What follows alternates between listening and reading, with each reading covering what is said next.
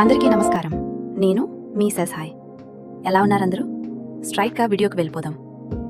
ఒకసారి మనం చాలా సింపుల్గా ఒక విషయం ఊహించుకుందాం. మీరు ఒక క్విజ్లో పాల్గొంటున్నారు. మీరు ఆన్సర్స్ ఇస్తున్నారు. మీకు తెలిసినంత వరకు ప్రయత్నిస్తున్నారు. కొంతసేపటికి మీరు స్క్రీన్ మీద చూస్తారు. కొంతమంది కరెక్ట్ ఆన్సర్స్ ఇచ్చిన వాళ్ళ నేమ్స్ కనిపిస్తాయి. ఇంకొంతసేపటికి విన్నర్స్ అనౌన్స్ అవుతారు. ఇక్కడ వరకు చూసినప్పుడు మనకి ఒక ఫీలింగ్ వస్తుంది, అన్నీ సరిగ్గానే జరుగుతున్నాయని. కానీ మనము ఒకసారి కామ్గా కూర్చుని ఈ ప్రాసెస్ని స్టెప్ బై స్టెప్గా ఆలోచిస్తే కొన్ని కీలకమైన క్వశ్చన్స్ మన మైండ్లోకి వస్తాయి. నేనిప్పుడు అలాంటి కొన్ని పాయింట్స్ మాత్రమే చూపిస్తాను. మీరు చూసి మీరు డిసైడ్ చేసుకోండి. మొదట ఒక చిన్న ఎగ్జాంపుల్ తీసుకుందాం. మీరు ఒక ఎగ్జామ్ రాస్తున్నారనుకోండి. ప్రతి క్వశ్చన్కి టీచర్ చెప్తాడు, ఈ క్వశ్చన్కి కరెక్ట్ ఆన్సర్ ఇచ్చిన వాళ్ళు వీళ్ళు. మీరు కూడా ఆన్సర్ ఇచ్చారు. ఇక్కడ వరకు అన్నీ నార్మల్. కానీ ఎగ్జామ్ అయిపోయిన తర్వాత మీ టోటల్ మార్క్స్ ఎంత వచ్చాయో, మీ ఆన్సర్కి ఎంత మార్క్స్ వచ్చాయో, మీ మార్క్స్ ఎలా క్యాల్కులేట్ అయ్యాయో మీకు కంప్లీట్గా చూపించకపోతే మీకు ఒక చిన్న డౌట్ రాదా? నా మార్క్స్ ఎలా వచ్చాయి? ఇప్పుడు అదే లాజిక్ని ఇక్కడ అప్లై చేద్దాం. ఇక్కడ ప్రహేళిక కూడా మనం చూస్తున్నది.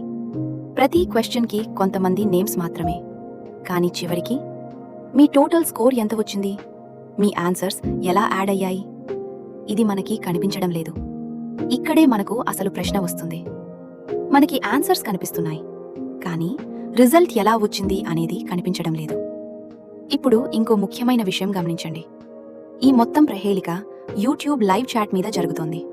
అంటే పార్టిసిపెంట్స్ అందరూ చాట్లో ఆన్సర్స్ టైప్ చేసి సెండ్ చేస్తున్నారు. యూట్యూబ్ లైవ్ చాట్ ఎలా పనిచేస్తుంది మనందరికీ తెలిసిందే. మెసేజెస్ ఒకేసారి పడవు. అవి ఎప్పుడూ ఒక్కొక్కటి వరుసగా కనిపిస్తాయి. ఒక మెసేజ్, దాని తర్వాత ఇంకో మెసేజ్, అలా సీక్వెన్స్లోనే వస్తాయి. ఇప్పుడు సపోజ్ ఒక ప్రశ్నకి ముగ్గురు కరెక్ట్ ఆన్సర్ ఇచ్చారు అనుకుందాం. కొంతమంది అంటారు అందరూ ఒకేసారి ఇచ్చారు అని. సరే, మనము అదే అజ్యూమ్ చేద్దాం. అయినా కూడా యూట్యూబ్ చాట్లో ఎగ్జాక్ట్ సేమ్ టైం డిస్ప్లే అనేది పాసిబుల్ కాదు. ఎందుకంటే సిస్టమ్కి వచ్చిన మెసేజెస్ అన్నీ ఏదో ఒక ఆర్డర్లోనే ప్రాసెస్ అవుతాయి. అంటే ఆ ముగ్గురు ఆన్సర్స్ కూడా చాట్లో ఒకదాని తర్వాత ఒకటి కనిపించాలి. అంటే ఆల్రెడీ ఒక ఆర్డర్ ఉంది. ఇక్కడే అసలు పాయింట్.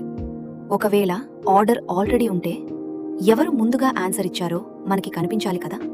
కానీ మనకి ఏమీ చూపిస్తున్నారు? ఫైనల్ విన్నర్స్ లిస్ట్ మాత్రమే. కానీ ఫుల్ చాట్ ఆర్డర్ లేదు, ఎగ్జాక్ట్ టైం స్టాంప్స్ లేవు, ఎవరు ఎప్పుడు ఆన్సర్ ఇచ్చారో డేటా లేదు. ఇప్పుడు ఇంకో విషయం, ఈ సిస్టంలో టైం బోనస్ ఉంది అంటున్నారు. ఎవరైనా త్వరగా ఆన్సర్ ఇస్తే వాళ్ళకి ఎక్కువ పాయింట్స్ వస్తాయని చెప్తున్నారు. అయితే ఎవరు ఎంత త్వరగా ఆన్సర్ ఇచ్చారో చూపించకుండా ఎలా టైం బోనస్ క్యాల్కులేట్ చేశారు? ఇప్పుడు సిచ్యువేషన్ ఇలా ఉంది. ఆన్సర్స్ చాట్లో వరుసగా వస్తాయి, కానీ ఆ ఆర్డర్ మనకి చూపించడం లేదు. టైం బోనస్ ఉంది అంటున్నారు, కానీ టైం డేటా మనకి లేదు. అంటే మనం చూడని డేటా మీద, మనం వెరిఫై చేయలేని క్యాల్కులేషన్ మీద ఫైనల్ రిజల్ట్ చూపిస్తున్నారు. ఇప్పుడు ఇంకో ముఖ్యమైన విషయం, ఒకవేళ ఈ క్విజ్ని యూట్యూబ్ లైవ్ చాట్లో కాకుండా డైరెక్ట్గా ఒక ప్రాపర్ క్విజ్ అప్లికేషన్లో ఆన్సర్ సెలెక్ట్ చేసే విధంగా ఉంచితే అక్కడ ప్రతి ఆన్సర్కి ఎగ్జాక్ట్ టైం స్టాంప్ క్యాప్చర్ అవుతుంది. మిలీ సెకండ్స్ లెవెల్లో క్యాల్కులేషన్ చేయొచ్చు. ఫుల్ ట్రాన్స్పరెన్సీ ఉంటుంది. కానీ ఇక్కడ ఏమవుతుంది, సిస్టమ్ డైరెక్ట్ ఇన్పుట్స్ తీసుకోవడం లేదు. యూట్యూబ్ చాట్ నుండే ఆన్సర్స్ తీసుకుంటోంది. ఇది అంటే ముందుగా చాట్లో మెసేజెస్ వస్తాయి, ఆ తర్వాత వాటిని ప్రాసెస్ చేస్తారు, ఆ తర్వాతే స్కోరింగ్ జరుగుతుంది. అంటే బేస్ డేటా ఇట్సెల్ఫ్ ప్రిసైజ్గా లేదు. అయితే ఆ డేటా మీద చేసిన స్కోరింగ్ ఎంత యాక్యురేట్ అవుతుంది? అప్పుడు ఒక సింపుల్ ప్రశ్న వస్తుంది, ఇది మనం వెరిఫై చేయగలమా? లేదంటే మనము కనిపిస్తున్న దాన్ని నమ్మాల్సిందేనా? యూట్యూబ్ లైవ్ చాట్లో ఆన్సర్స్ ఒక్కొక్కటి వరుసగా వస్తాయి. అందులో ఎవరు ముందుగా ఇచ్చారో కనిపించాలి, కానీ అది చూపించడం లేదు. టైం బోనస్ ఉంది అంటున్నారు, కానీ టైం డేటా లేదు. అంటే రిజల్ట్ ఎలా వచ్చిందో మనం వెరిఫై చేయలేని పరిస్థితి.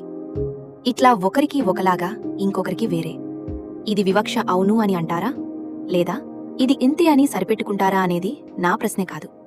అది మీరు వేసుకోవాల్సిన ప్రశ్నే కదా. ఇప్పుడు విన్నర్స్ గురించి చూద్దాం. విన్నర్స్ అనౌన్స్ అవుతున్నారు, నేమ్స్ కనిపిస్తున్నాయి. కానీ మనము కమెంట్స్లో చూస్తే కొంతమంది మాత్రమే వచ్చి నాకు బహుమతి వచ్చింది అని చెప్తున్నారు. మిగతా వాళ్ళు అందరికీ వచ్చిందా లేక కొంతమందికే? మనము ఇది వెరిఫై చేయగలమా లేదా మనము ఎస్యూమ్ చేసుకోవాల్సిందేనా? ఇక్కడ కూడా ఒక ముఖ్యమైన ప్రశ్న రావాలి. ఇంకా జాగ్రత్తగా పరిశీలించాల్సిన విషయం, అనౌన్స్మెంట్ ఉంది కానీ కన్ఫర్మేషన్ కన్సిస్టెంట్గా లేదు.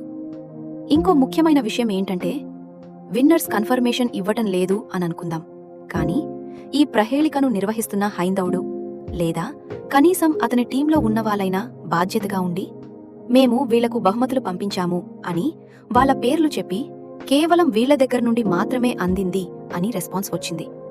మిగిలిన వాళ్లు కూడా మీ కన్ఫర్మేషన్ ఇవ్వండి అని ఎప్పుడైనా అడిగారా? ఇదే విషయంలో మనము గమనించాల్సిన మరో ముఖ్యమైన విషయం, విజేతలను ప్రకటిస్తున్నారు, పేర్లు కూడా చూపిస్తున్నారు, కానీ డెలివరీ ఎలా జరుగుతోంది అనేది ఒక ఎగ్జాంపుల్తో చూద్దాం. ఇక్కడ మీరు చూస్తున్న ఈ స్క్రీన్ షాట్ ఒక విజేతకి సంబంధించిన పూర్తి వివరాలు. Created, accepted, ordered, shipped, delivered అన్ని స్టెప్స్ కనిపిస్తున్నాయి. కానీ ఒక ముఖ్యమైన అండ్ ఇంకా కీలకమైన విషయం గమనించండి. ట్రాకింగ్ నంబర్ దగ్గర NA అని ఉంది, అంటే షిప్మెంట్కి ట్రాకింగ్ నంబర్ లేదు. కానీ అదే సమయంలో డెలివర్డ్ అని చూపిస్తున్నారు. ఇక్కడ కనీసం బుర్రలో ఆలోచన ఉన్నవాళ్లకి, ఇంగితం ఉన్నవాళ్లకు ఈ సమాచారం ఎందుకిట్లా ఉంది అని అనిపించాలి కదా. ట్రాకింగ్ నంబర్ లేకుండా ఈ డెలివరీని మనం ఎలా నిర్ధారించుకోవాలి? ఇండియా పోస్ట్ ద్వారా పంపించామని చెప్తున్నారు, కానీ మనం ట్రాకింగ్ నంబర్తో చూసే అవకాశం లేదు. అంటే డెలివరీ జరిగిందని చూపిస్తున్నారు, కానీ దాన్ని నిర్ధారించుకునే అవకాశం మనకి లేదు. ఇక్కడ ట్రాకింగ్ నంబర్ ఇవ్వలేని అంత ప్రాబ్లం ఏంటి, అసలు ఎందుకు ఇవ్వలేదు అనే అనుమానం వస్తుంది కదా. ఇప్పుడు ఇంకో ముఖ్యమైన విషయం, మీరు విన్నర్ అయితే మీరేమీ చేయాలి? మీ పేరు, ఫోన్ నంబర్, అడ్రస్ ఇవ్వాలి, ఇది నార్మల్. కానీ ఒక చిన్న ప్రశ్న, మీరు ఈ డీటెయిల్స్ ఎవరికిస్తున్నారు? ఆ వ్యక్తి గురించి మీకు కంప్లీట్ క్లారిటీ లేదు, లేక మనము గుడ్డిగా ఇచ్చేస్తున్నామా? ఈ విషయంలో మనము చాలా చాలా జాగ్రత్తగా ఉండాల్సిన విషయంలో మనము ఇంత నిర్లక్ష్యంగా ఉంటే ఎట్లా? ఇట్లాంటి విషయాల్లో మనము మన గురించి జాగ్రత్తగా ఉండకపోతే ఇంకొకరిని అనుకోని ఏం లాభం? ఆ బుద్ధి మనకు ఉండాలి.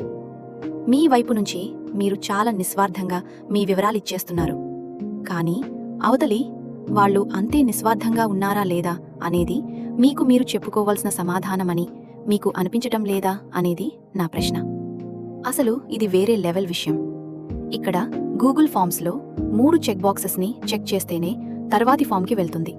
కానీ ఈ హైందవుడు ఒక మాట అన్నాడు, అదేంటో మీరే వినండి. ఇంతకుముందు ఎప్పుడు ఎవరైనా సరే మేము డైరెక్ట్ పంపిస్తాం, మాకు అడ్రస్ ఇచ్చండి అన్నట్టు ఆ గెలుచుకున్న వ్యక్తులు ఎవరైతే వాటిని ముందే నోటిఫికేషన్ ఇస్తాం, ఇలా స్పాన్సర్ ఇవ్వాల్సి వస్తుందంటే మీకు ఇబ్బంది ఏం లేదు కదా అడిగి అప్పుడు ఇస్తున్నాం. ఇప్పుడు దాకా చేసింది అది, అక్కడ కూడా అదే చేస్తాం. ఒకవేళ కంటే స్పాన్సర్తో షేర్ చేసుకుంటే కనుక ఖచ్చితంగా ఆ పర్సన్ ముందే ఇస్తాం, స్పాన్సర్కి ఇవ్వాల్సి వస్తుంది అడ్రస్, మీకు ఇబ్బంది లేదా, సరే ఇవ్వండి అంటేనే స్పాన్సర్ అడ్రస్ ఇస్తాం, లేకపోతే నెక్స్ట్ వీక్ పంపించేస్తాం ఆ ప్రైజ్. విన్నారు కదా, అసలు ఎవరో ఏంటో తెలియకుండా వాళ్ళ అమూల్యమైన విలువైన సమాచారాన్ని ఇవ్వటం ఈ ఆడియన్స్ది తప్పు. అయితే ఒకవేళ ఆడియన్స్ తమ విలువైన సమాచారాన్ని స్పాన్సర్స్కి ఇవ్వటం ఇష్టం లేదు అని ఈ హైందవుడికి ఇన్ఫార్మ్ చేసినా ఏం ప్రయోజనం ఉండదు. ఎందుకంటే ఆడియన్స్ గూగుల్ ఫామ్ ఫిల్ చేసేటప్పుడు ఖచ్చితంగా వాళ్ళు ఆ 3 చెక్ బాక్సెస్ చెక్ చేయాల్సిందే.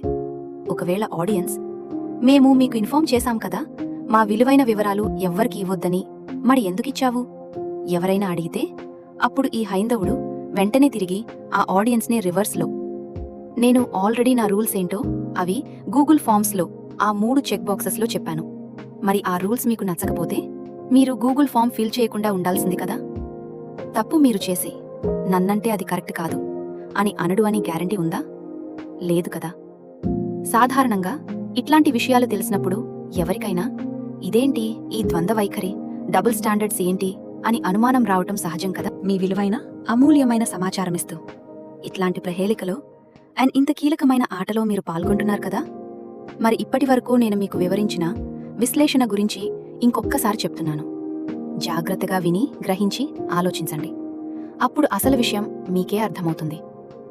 స్కోరింగ్ మనం వెరిఫై చేయలేం, క్లారిటీ అందరికీ సేమ్ లేదు, ర్యాంకింగ్ పూర్తిగా కనిపించడం లేదు, డెలివరీ కన్సిస్టెంట్గా కన్ఫర్మ్ కాదు, డేటా ఫ్లో కూడా వన్ సైడ్గా ఉంది. ఇప్పటి వరకు నేను చెప్పింది కొన్ని పాయింట్స్ మాత్రమే. ఇట్లా అన్ని చెప్పాలి అంటే కనీసం 30 నుండి 40 నిమిషాల సమయం పడుతుంది. కాబట్టి ఈ వీడియోలో కేవలం కొన్ని పాయింట్స్ మాత్రమే చెప్పాను. ఈ ప్రహేళికను పూర్తిగా అర్థమయ్యి అంగీకరిస్తున్నామా, లేక అర్థం కాకపోయినా అంగీకరిస్తున్నామా? నేను ఏ కన్క్లూషన్ చెప్పడం లేదు. ఇట్లాంటివి చాలానే ఉన్నాయి. ఇవి చూసిన తర్వాత మిమ్మల్ని మీరు ప్రశ్నించుకోండి. అప్పుడు విషయం ఎంతటి ప్రమాదకరమో అని మీకే అర్థమవుతుంది. ఇక నిర్ణయం మీ చేతిలో. ఫ్రెండ్స్, మళ్ళీ నెక్స్ట్ వీడియోలో కలుద్దాం. అంతవరకు సెలవు. శ్రీమాత్రేయ నమః.